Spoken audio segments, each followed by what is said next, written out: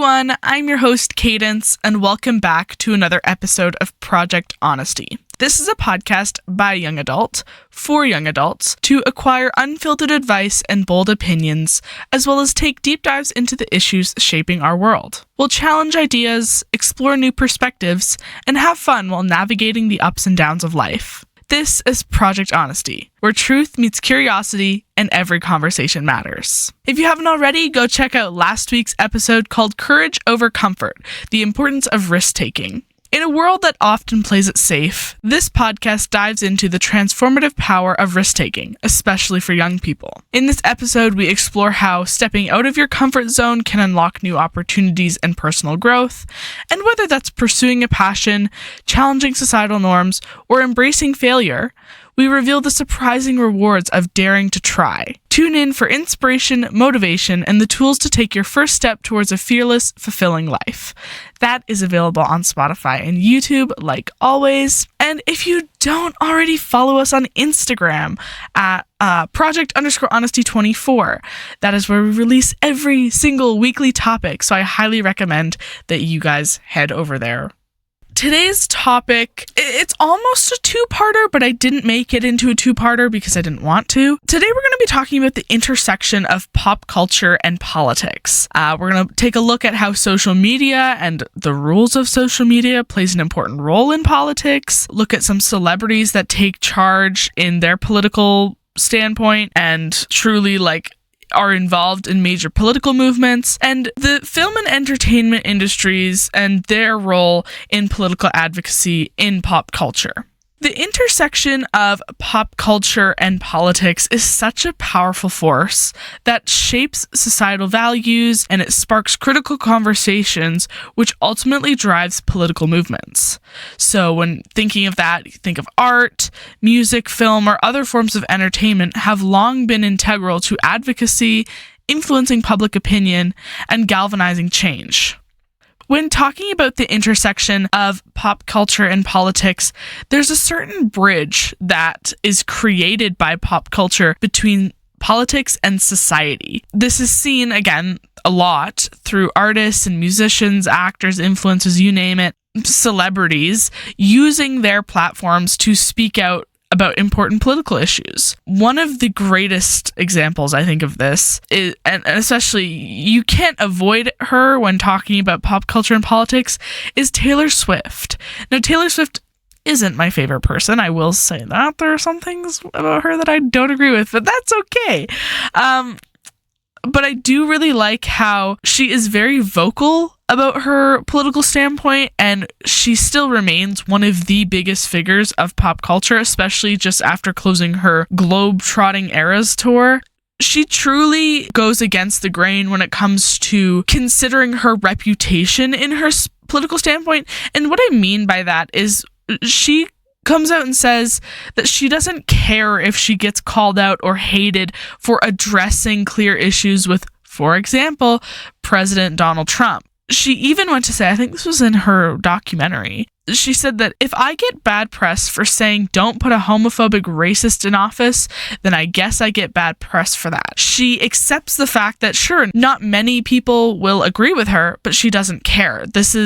She is really addressing those problems that come with that political leader and isn't afraid to be vocal about it, which is something, as a very vocal person myself, I do really appreciate her, especially with the giant platform that she has, coming out and saying things like that. And she also regularly encourages her fans to vote. And I think it can kickstart, even because a lot of her fans are young, and I say young, like 10 years old. And so kickstarting that passion for politics, or at least spreading the awareness that is important to have a voice in politics, is really good and something I see a lot when it comes to Taylor Swift and her platform. Another woman is Billie Eilish. She is totally not afraid to voice her story and opinion surrounding gender inequality and systemic racism in American politics. You also have Kerry Washington coming out and advocating for actors to still have a voice in the political space, and showing that actors do in fact have the ability to talk about politics and creating that space for them if it if they're not already in it. Another one is Alexandria Cortez, or AOC. AOC is an incredible woman. Oh my gosh, AOC is amazing. And as a woman in politics, she has kind of reversed the way that we view pop culture as that bridge.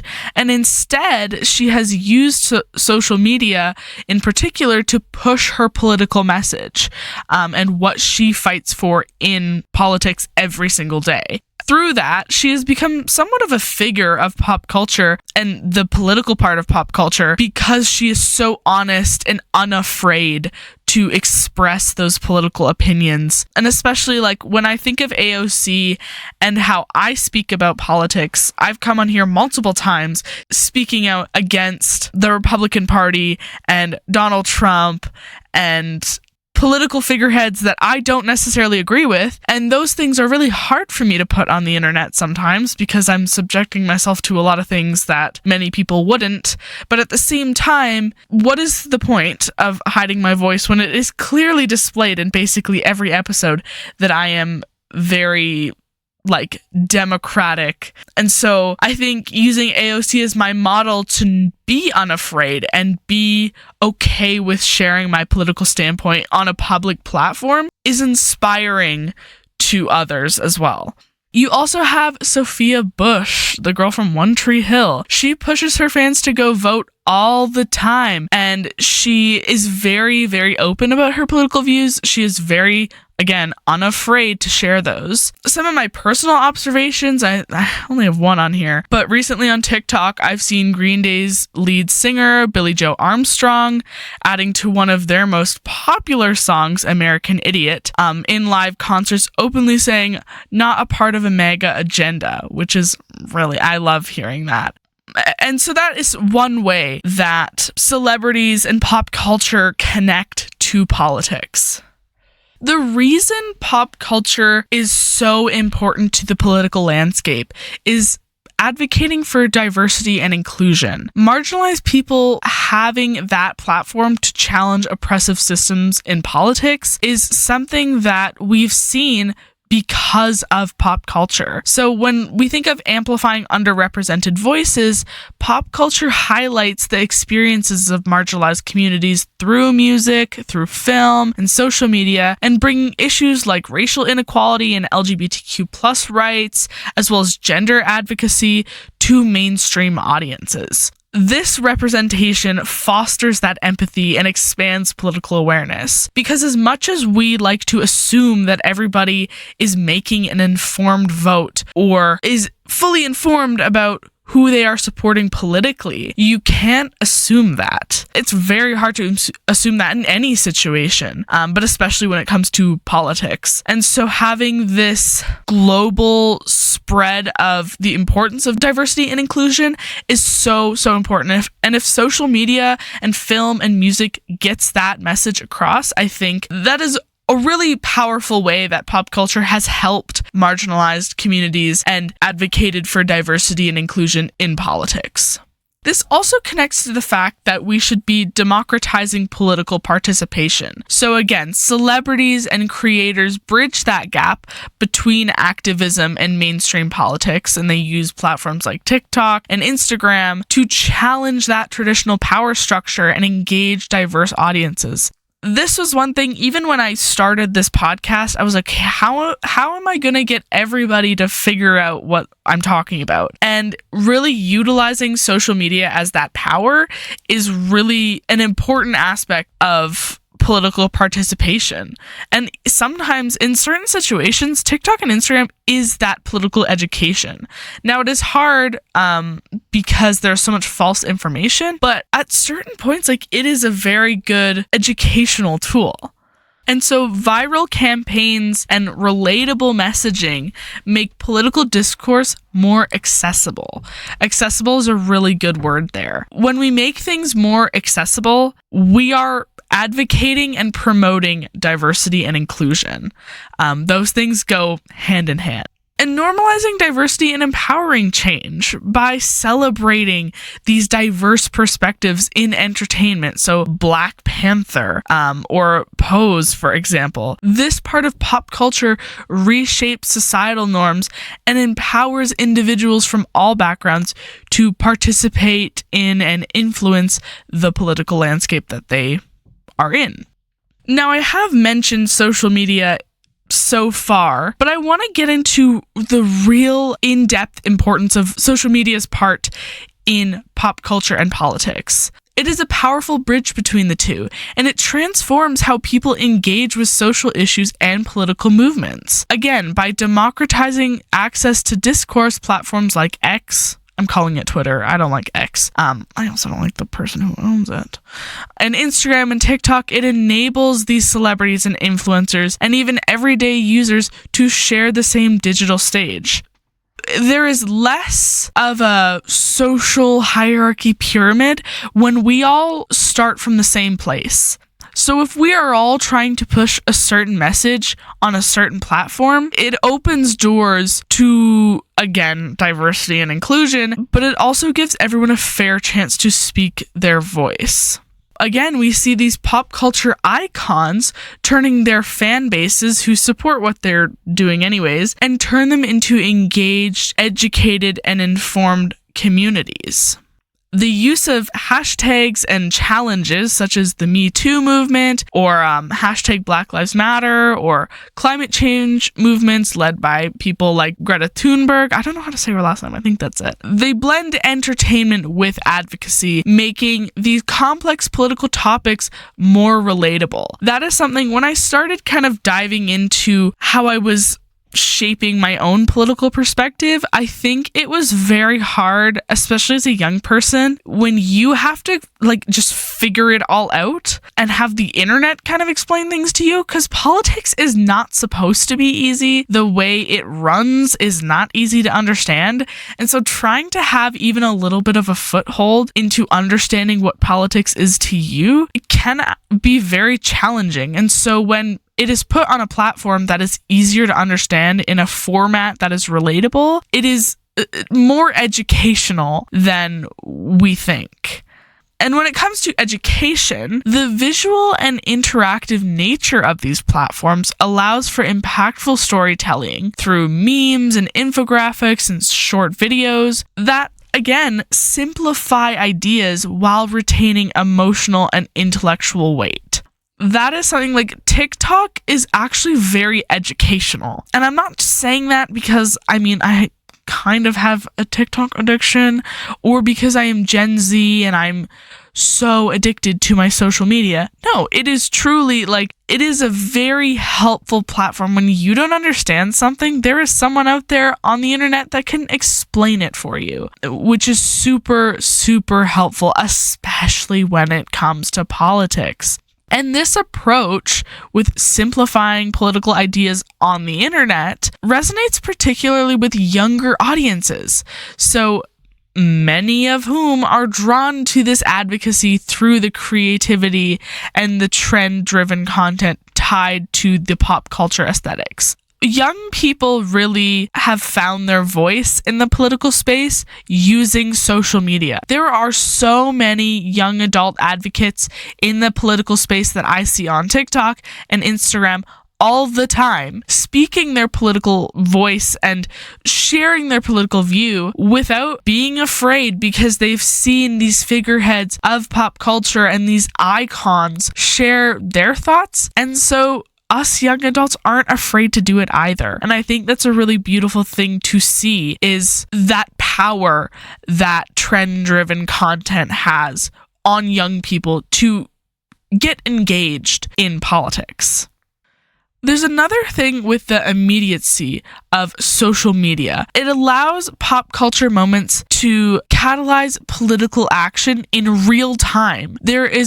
It fosters rapid mobilization for protests, voting campaigns, or fundraising efforts. A way to kind of summarize that is social media builds quick connections, which equals quicker actions, which is something that we all want to see. Action is better than no action. I want to kind of go back to the visual aspect of pop culture and politics. Meme culture adds another layer of this intersection, using humor and pop culture references to critique political systems and influence public opinion, as seen with viral moments like the Bernie Sanders mittens photo, which sparked discussions about wealth inequality. And so overall, social media's ability to merge entertainment and activism has redefined modern political engagement, and it's transforming passive audiences into active participants, and it creates a digital space where advocacy thrives alongside pop culture, which is something that's so important, especially to engage younger adults in political spaces. When thinking about how pop culture is using entertainment as a way to communicate the importance of empathy and understanding in politics, and just social issues in general, there's a lot of fostering emotional connections. So storytelling in film and television and music allows audiences to experience the world through different perspectives. So in the movie The Pursuit of Happiness with Will Smith, or The Hate That You Give, these movies address things like poverty, racism, systemic injustice to evoke that empathy and understanding from their audience, which in turn can engage them in these social issues and work towards change. And also, while talking about empathy and understanding with pop culture, there's a big theme around breaking stereotypes and challenging bias. Challenging bias is my favorite thing. This is why I created Project Honesty, was to challenge my own biases and break the stereotypes of what teenagers do. And so creative formats like documentaries and sitcoms, one that comes to mind is Modern Family, it breaks down these stereotypes that are so set in society, and it normalizes diverse identities and encourages audiences to reconsider their preconceived notions, which can also affect your political standpoint, if you're wondering. Sometimes visually seeing a societal problem can push you to advocate for that injustice and address the role that politics and political leaders play in that equation, thus giving us more empathy and understanding of a situation that may not be familiar to us. This is kind of a spoiler for next week's episode. We're going to talk a lot more about advocating for diversity through art, specifically theater. So that's just a little spoiler. And one of the last ways that pop culture pushes against political agendas is the use of satire. Satire is a key way pop culture pushes against these political agendas. So using humor, irony, and exaggeration to critique these systems of power and expose the hypocrisy that indefinitely lies within them, and it sparks social change. When talking about exposing political hypocrisy, satirical shows like The Daily Show and Last Week Tonight with John Oliver dissect these political policies and rhetoric, and it highlights the contradictions and absurdities in government. By making these complex issues just kind of how like TikTok simplifies these issues, with making these issues relatable and humorous, they encourage the critical thinking and public accountability from our audience. And it really, as funny as it is supposed to be, it truly gets you thinking. It brings up a lot of important things that you have to consider. Some other platforms that I've seen this on is like Saturday Night Live and Jimmy Kimmel. There's another part of this about mocking authoritarianism and power structures. So movies like Jojo Rabbit and television shows like Veep use satire to ridicule authoritarian figures and political systems, revealing the human error and the human flaws behind this immense, impressive power. And these narratives empower audiences to question authority and resist manipulation. So that is pop culture and politics. There are so many ways that pop culture is important to politics, and vice versa, how politics is important to pop culture. Stay tuned for next week's episode, where we will dive further into how the physical art form of acting pushes advocacy beyond our voices. Thank you so much for listening to another episode of Project Honesty. You can check us out on social media. Our Instagram is project_honesty24. Our TikTok is project.honesty, and our website is linked in our Instagram bio. We are always available for listening on Spotify and YouTube. And if you enjoy listening to Project Honesty, share us with friends and family, and you can direct them to the Spotify, YouTube, Instagram, website, or TikTok to help them learn more. Remember to subscribe, follow, and click the bell icon for updates when I post. And remember, the more listeners, the bigger the family.